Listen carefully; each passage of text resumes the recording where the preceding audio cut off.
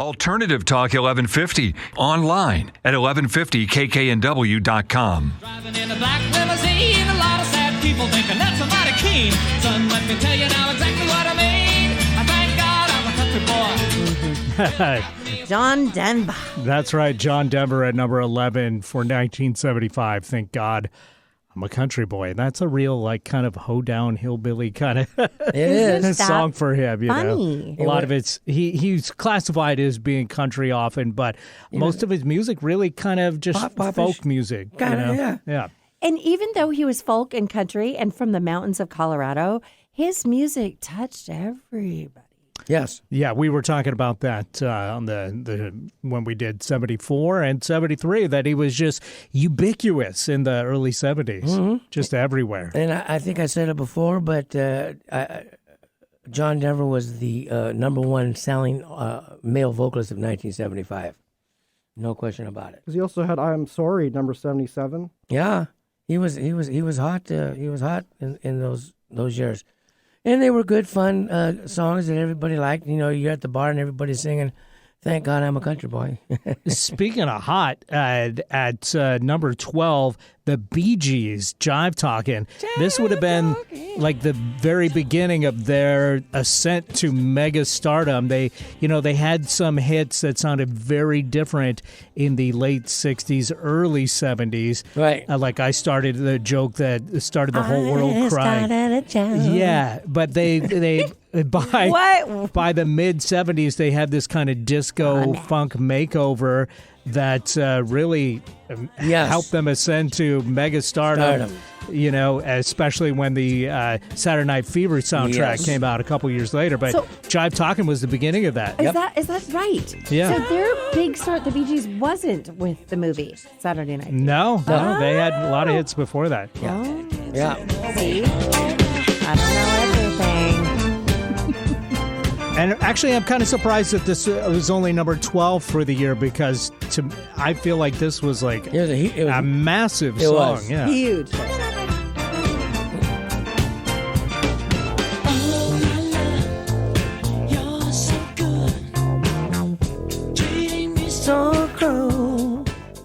Yeah, the song was a smash hit. Can I just say I swoon? Yeah, I love it. Yeah, I swoon. Over the Bee Gees or just the song? Water, please. Water? I love it. I like the song myself. It was a great hit. The Bee Gees became a superstar band. And And well, of course, when we start talking about 76 and 77, it's going to be very Bee Gees heavy. Bee Gees. Okay, I'll save my swooning. So the Eagles scored another massive hit at number 13 with "Best of My Love." Yeah, huge. They were hot. Also, very hot, like the Bee Gees in the mid 70s, just kind of scoring hit after hit after hit. A very different sound, of course, more of a country rock kind of thing. Right.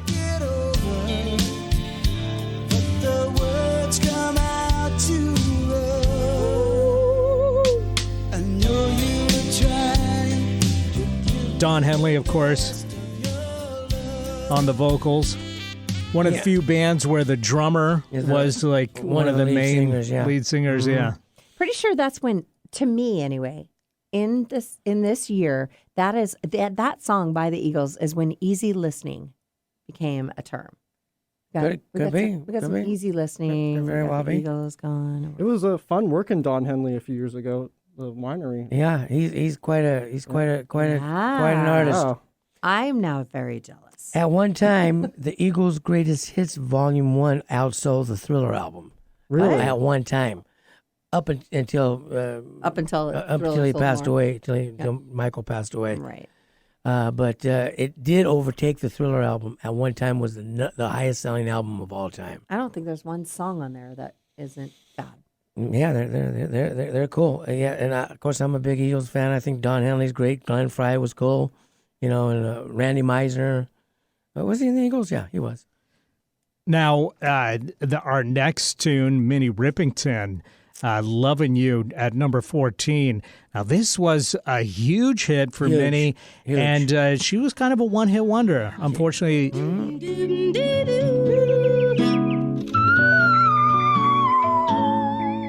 Now, who else in music can hit that those note? notes. That is insanely high. But, of course, Minnie these days may be more famous for being the mother of Maya Rudolph, the actress from Saturday Night Live and, of course, tons of movies. Yeah. So, but this was her one big hit. Has made my life so beautiful. She's quite famous for having that one hit. Yeah. Yeah. That song was like they played the hell out of it. And you just the times have changed. You just could not get away with birds tweeting and singing in the background the way you could in the 70s. It Yeah, was you a time of birdies and butterflies. You talk about easy listening. Right, easy listening, right? But you know what? There is one other person that not to interrupt the flow here, but real quick, who could reach those notes. Olivia Newton-John. Oh, yeah. And I have to say, I am pretty sure in 1975, Olivia Newton-John had won the Grammy. Did she? Have You Never Been Mellow? Was that one of the songs? Well, Have You Never Been Mellow Have was You definitely Never one of her Been songs. Mellow? Or Please, Mr. But Please? I think, I may be wrong. I need to, my producer for this is Yeah. coming off, but I think I Honestly Love You. Really? Could be. Maybe. May have not made the top 100, but it doesn't Well, I mean it know wasn't her a hit. album came out at that time, but I think she may have won the Grammy for Best Song of the Year. She could have. In 1975. She very could have. Why don't you Google it real quick and see? Another lady who hits high notes. There Yeah. you go. Yeah, All yeah. right, now I'm fact checking. No, she was hot. Olivia Newton-John, coming off the Grease movie, and had a lot of hits before she did Grease. And Kind of, two one-hit wonders in a row here as we get to number 15, Kung Fu Fighting from Carl Douglas. yeah, They were chopping them down. It's an ancient Chinese art, and everybody knew their part. From a fainting to a slip, and a kicking from the hip. Everybody was kung fu fighting. A classic. Total novelty song, but just so kooky that it's survived all these years and still gets put in like every Movie. Big, martial arts movie that they can stuff it into, including Kung Fu Panda. I think I've most heard that recently. song in more movies. Yeah. So Carl definitely found a niche and he stuck with it because yes, he did. his follow-up was called Dance the Kung Fu. Didn't do quite as well. No surprise there. This next song is one of my favorite on the list. Yeah. Blackwater, the Doobie Brothers. Great song, great harmony, well thought out, well produced. It just sounded great. Now, Sing along type song. do you guys know who was on vocals on this one? Because this would have been before Michael McDonald, right? This was still Tom Johnson. No, this was the other guy with the long hair, I think. Patrick Simmons, what was his name? With the real long hair. That wasn't Tom Johnson. That was the other guy. Let's hear a little bit.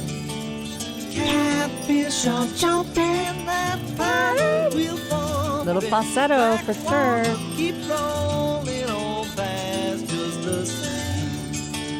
Oh, Blackwater, keep on rolling. Mississippi moon, won't you keep on shining on me? Blackwater, keep on rolling. Mississippi moon, won't you keep on shining on me? Yeah, Donnie, you can play this. Shining on me. So Oh my God, I love that song. the lead singer on that, his first name was Patrick. Patrick, okay. Yeah, I think it was Patrick Simmons. And actually, in the book of Cami, Yep, I'm pretty sure Patrick that was Simmons. the number one It song. was of Patrick Simmons? 1975. Yep. You can't stump the Capo. You just can't. You can't Love stump. that song. But Tom Johnson was the lead vocalist on most of the hits up until Michael Johnson. I mean, Michael McDonald. Michael Johnson. Whoa. Michael Johnson, my bass player. Oh, okay. I found it. Tell me. I Honestly Love You Yeah. by Olivia Newton-John Yes. was the Grammy-winning song of the year, Cool. For 75? 1975. Yeah. All right. That's very cool. Look at me bringing the research to the table. And she had a huge hit at number 37. Not just a pretty smile, but yes, she can bring facts too. With Yes. I like Have it. You Never Been Mellow? Yes. Have you never been mellow? Yeah, that was big. She was transitioning from kind of a country vibe to more of a pop vibe there, and then that would peak a little bit later in the 70s. But then she went bad girl, from good girl to bad girl in Greece. Yeah. So what, Olivia? She did it all. She's pretty amazing. She's pretty amazing. Yes. She was. Yeah. Another show. I'm a fan for sure. And Number 17, the Ballroom Blitz by Sweet. Everybody was frightening, and the music was soothing, and they all started grooving. And the man at the back said, everyone attack, and they turned into a ballroom blitz. And the girl in the corner said, fire on the money, it'll turn into a ballroom. All right. Ballroom Blitz. That to me, this is what I'm talking about, the 70s. The moving into a bunch of different, that to me has a little tiny bit of rap, a little bit of punk, glam rock is what they called it Glam at the rock. time. Yeah. a little punk, a little funk, it's got, that song may not have, I mean, it was a huge hit. And but- glam rock was a huge thing in the UK more than it was in America. But some of the glam rock artists definitely had some success over here. Yeah. Like Sweet, for instance, with Ballroom Blitz. When the song hit the radio, I immediately liked the song. You did? There was not a lot of rock going on in the radio No. at that time. Even the Doobie Brothers doing Old Black Water instead of China Grove and the harder edge type songs. Yeah. And then and then the disco thing was starting to really get ready in. to take over the whole music scene. So It was a little short-lived, but it lasted, rockers can cope. about 4 or 5 years. I know. The disco thing. It was a fad. Yeah, it was a fad, and it's a big fad. yeah, very cool. Very, What do you got for 18? Hey, won't you play another Somebody Done, Somebody Wrong song by B.J. Thomas? Yeah, the title's a Another- mouthful. Another country with the Won't you rhinestone play cowboy. for me another melody So sad that it makes everybody cry. Yeah. Curtain song. about a love that's gone wrong. 'Cause I don't want to cry all alone. Country's changed.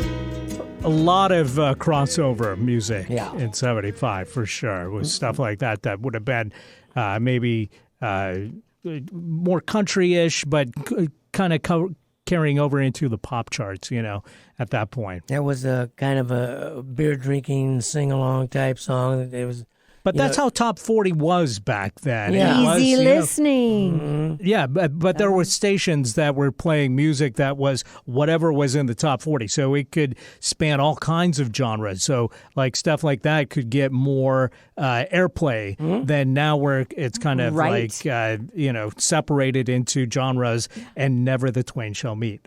Good point about music. How you it's go changed into on the radio, you go too. into a bar and you have all kinds of music going on, and somebody would play that song. It was just in the jukebox. it was there all the Yeah. time. It was just everywhere. That song, and I'm a big fan of B.J. Thomas. I had the pleasure to see him in Las Vegas at a very small casino off of the Strip. It was called Arizona Charlie's, and I saw Leon Russell there too. By the way, Wow. this was kind of after their careers had cooled down, and it was pretty cool seeing them. I think BJ was as close as you and I are, Devin. And same thing with Leon Russell. Nice. So it was, Vegas is a great place to He's smooth, be. for sure. Smooth. Oh yeah, absolutely. So anyway, that's my thought on BJ Thomas.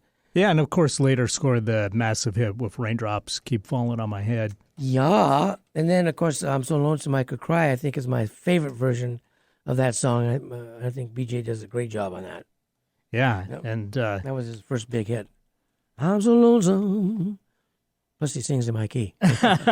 number 19, He Don't Love You Like I Love You, Tony Orlando and Don back in the charts. #1 record. Fade away. I know you're leaving for that new guy that you found. Also Mikey. The handsome guy that you've been dating. This one's not ringing any bells. You know for what? Me honestly. neither. I'm sitting here going, what? Actually, How did I miss that? It was in the top 20 in that year, and Actually, it was a huge hit. What? And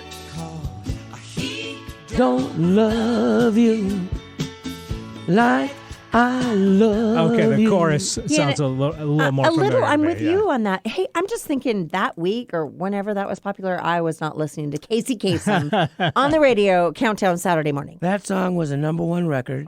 It sprung Tony Orlando and Don to such popularity that they got their own TV show. Yeah, they Wow. did. And I Pretty know. much. They seem tailor-made to host a variety program, honestly, Faux show. And with their image and their style and, their sound. Yeah, Tony was a real great front man, and he had the two gals behind him. And in 1974, he had those two hits, Tie Your Yellow Ribbon Around the Old Oak Tree. And then, was that the #1 record of 74, maybe? And, I think so, or 73. 73, yeah. So that was the one that did it, and of course that is a remake of a song that was a remake. Who was the artist, the original? Not Tommy Edwards, but Roy Hamilton, maybe.